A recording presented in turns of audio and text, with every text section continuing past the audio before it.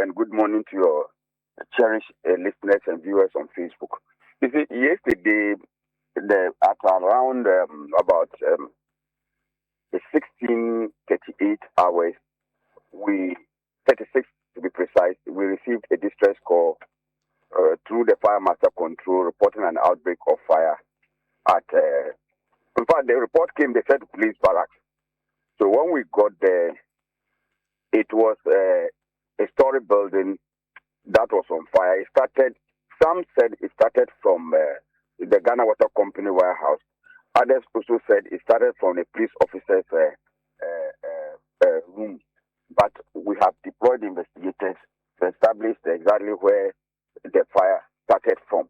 So that is where the fire started from, if you want to know where the fire started from. Okay. Have you been able to contain the fire now? No, as we speak, we have finally extinguished the fire. Yesterday. The first appliance got there, realized that the fire was well alight. In our terms, when we say well alight, it means the fire was at a developed stage. So quickly, he had to call for reinforcement, the augmentation of series of fire pumps. The second pump came, third pump came. So yesterday, we ended up with 5 fire engines and then 1 tanker from AMA. The police speak about an injury to one of your officers. Is that exactly what happened? Yes, it's true. One of our drivers sustained an injury, and he was rushed by the ambulance service to the police hospital, and then as we speak, he's still responding to treatment at the hospital. What is the extent of damage currently? Okay, we are. If you know the building very well, it is direct opposite MTTD Central. It is the police barracks that is there. The floor is wooden, so it made the spread of fire very fast.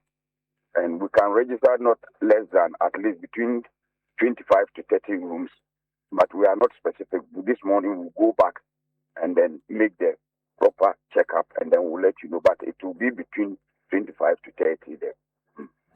25 to 30 rooms? Yes. I see. Were there any fatalities? No. Luckily, we didn't register any fatalities. Yes. So the only injury recorded was to your officer? The fire officer, yes, please. Okay. But at this point, you've been able to extinguish the fire? Yes, we finally extinguished the fire.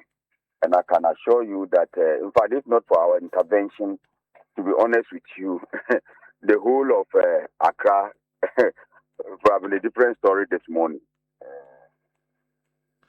Oh, so there was a risk of the fire spreading to other places? Oh, yes. If not for our intervention, the Ghana Water Company and adjoining structures and stores, this morning it would have been history. I'll be honest with you. And I think you do us some favor to send a reporter to go and see and report on the ground, and that will tell you exactly what I'm talking about.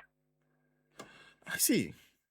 Yeah. You said the fast spread of the fire was because did you say a wooden floor? The building had wooden floor? Yes, it's an old structure that has a wooden floor.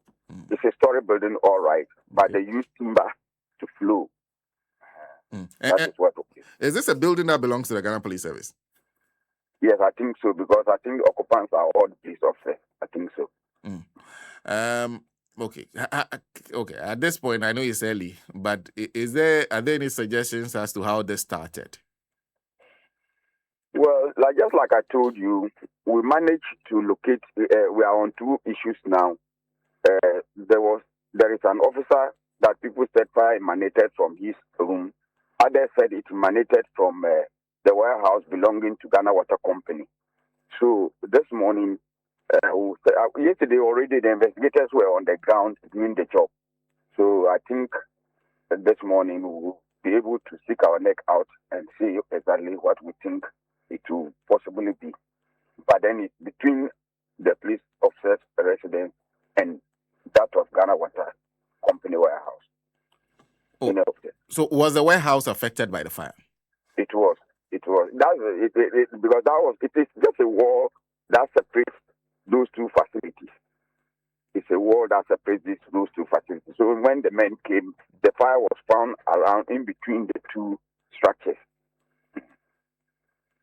Okay, of course, whilst investigation is ongoing, we'll be waiting to hear from you as to what you find. But there was an earlier incident. I don't know whether this came before or after. What happened in Adenta, the building collapse? Which one happened first?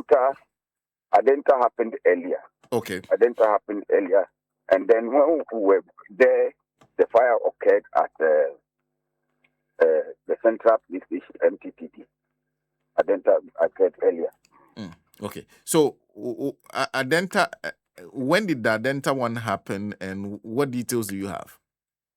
I think let me give a correction on the timing. The Adenta happened around 1836. Okay. Adenta happened around earlier, 1836. And then that of the police happened around. In fact, that was the time of call. Okay. Happened. The call is around 20,006. Okay. The police the call came at 20,006. Okay. But that of Adenta came at 1836. Okay. Or thereabout. Yes. Okay. So what happened in Adenta? Adenta is a story building, a two-story building. Let me give you a picture. It is a two-story building that normally the way people build and allow cars to park under.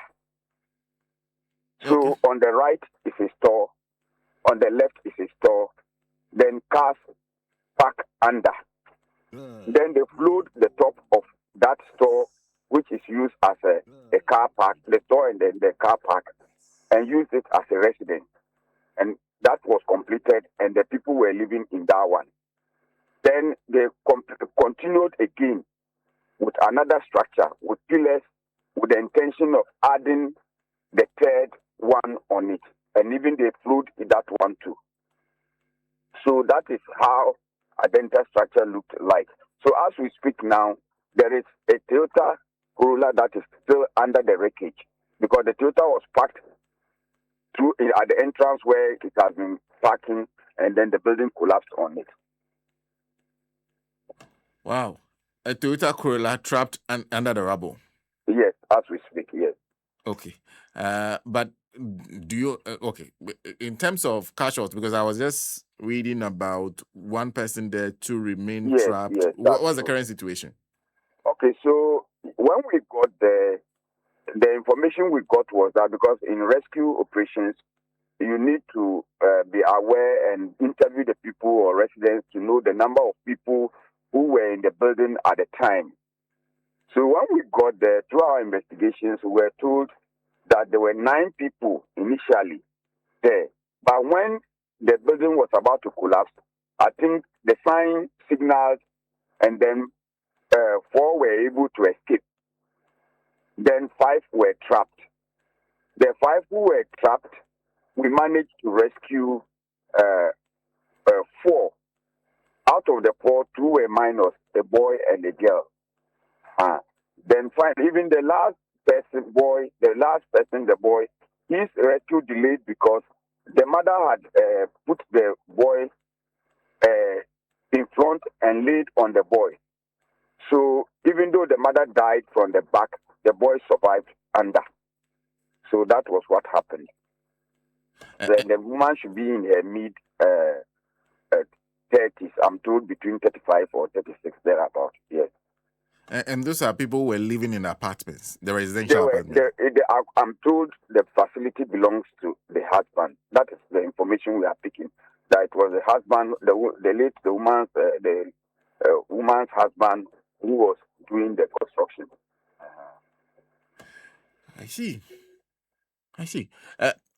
Is the whole building down? The whole building in structural collapse, there are terms regarding this. This one was pancaked. It means it just became like a sandwich. It crashed down. So you could see the floors, and then everything was pancaked. Mm. Have you been able to rescue everybody? No, as we speak, relying on the numbers that was given to us as of last night, all the 5 people, only there was one person that couldn't survive. The remaining 4 were rescued and handed over to ambulance to be sent to the hospital. And then the body too was retrieved and handed over to the police to be taken to the police hospital morgue. So the dead is the wife of the owner? Yes. Okay. We are told. I see. So at this point in time, the only thing you have trapped under the rubble is the car. The car is there. Are you able to tell how this started, how the building went down like that? Okay, so normally we pick intelligence when we get to some of these things, and the information we had was that if I don't want to put it on record that it is true, but we are still investigating that one of the pillars was close to a manhole because the space was so small. So construction of the manhole was very close to one of the pillars, and at a point in time, the building tilted towards that side. So even they had to even support it. We are told they had to retrofit the structure, trying to protect it. That is the understanding that the people living around were giving us. But like I said, this is too early, and we don't want to draw conclusions. We are still investigating to ascertain whether indeed there was a manhole close to the facility, and that one of the pillars, like they are suggesting, was close to the manhole. I see. And I guess that one will be subject to investigations, like you said. You're also investigating the fire. Are those the two incidents you had to deal with yesterday, or the other incidents? Because usually when there are this level of rains and the flash floods, there's a lot more to do. Were there other incidents that that didn't come to our attention? A lot. A lot. In fact, when I came out, I didn't know where to go back. We have a philosophy where lives are involved. We rescue lives first before property. So when I heard that there was no registered death in Accra, I decided to go to Adenta because we take risks to save lives before property. So first of all, we had to go and ensure that lives were saved first. Then from there, I proceeded to Accra to go and see to the fire incident. But I can tell you, there were over 5, if I'm not exaggerating, between 8 to 10 incidents last night on floods, and the tenders were all over. Some people were rescued at Ablaje, some people around Abukubi, Nanakrum, Wija area, a whole lot. So if you went by the handset, you could hear what was going on. So there were more than, if I'm not exaggerating, over 10 incidents here that we registered, apart from the 2 prominent ones that and even this morning, they are still calling for us to come and rescue people, and the men are on the ground. So the rest of the incidents were mainly rescue incidents from those who were trapped in the floods. Yes, okay. Yes. And if you came out yesterday because of that, you could see that traffic was so thick that nobody could even. It was difficult to move around in the night. Wow. How well equipped is our fire service for all of this? You're doing rescue. When building collapse, you're supposed to be there to salvage whatever you can, including ensuring that no human life is lost. And then you are dealing with your main mandate of fire. Yes. Are you well equipped for all this? The fire service is a government institution, and there's no institution in Ghana that will say that it is well equipped. You get what I'm saying? Mm-hmm. Of course, whatever we have, we are making do with them, and then we hope that the current government would resources that like the president has assured us and the minister, we are all looking up to see, and then we'll be happy. But like I can assure you, as a regional commander, the resources that we have, we are going to deploy it to the benefit of the people of this region I will not disappoint you. And then let me conclude by asking you, because based on the number of incidents you had to deal with yesterday, Yes. are you seeing an increasing incident of floods or is reducing? What's our situation like now? Unfortunately, I will not be able to give you because I need to look into the paper Okay. and know whether the statistics are increasing or decreasing. So I would like to pull brakes on that one. Okay. And then I want to ask, what will be your advice for everybody listening? Because this is the raining season. It came out of nowhere. Very heavy rains. Yes. What will be your advice first on the rains and then on fire? And what do you think needs to change to make it easier for you to do your job and also ensure we reduce all this? So let me start from the last one. To make us to do our job the way we want, we need cooperation from the general public to see us as partners in development, and then the resources that we need, i.e. our farm, the machines, the tenders, the fire pumps, to be able to execute our mandate. Now, having said that, I will advise that I will say the chief officer has issued out guidelines regarding this rainy season and then filling stations, that the filling stations closer to gutters should defiled their gutters to ensure free flow of water.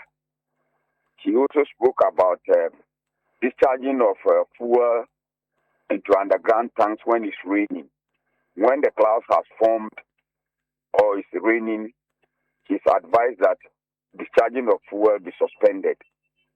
Discharging of fuel be suspended until after the rains.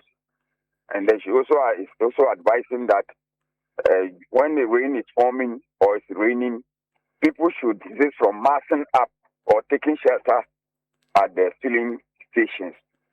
That will not be a good one, because that was what happened at Circle. Innocent people took shelter and then finally had problems.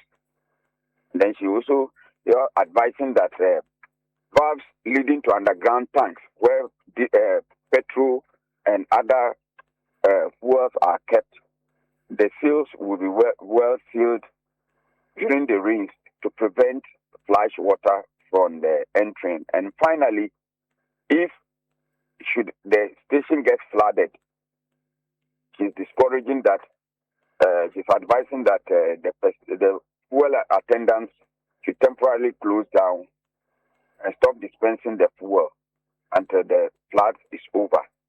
And generally, people should defill their gutters around their homes to allow for free flow of water to prevent what we are seeing in recent times. Thank you. Thank you for speaking to us, sir. Grateful, bro. Grateful.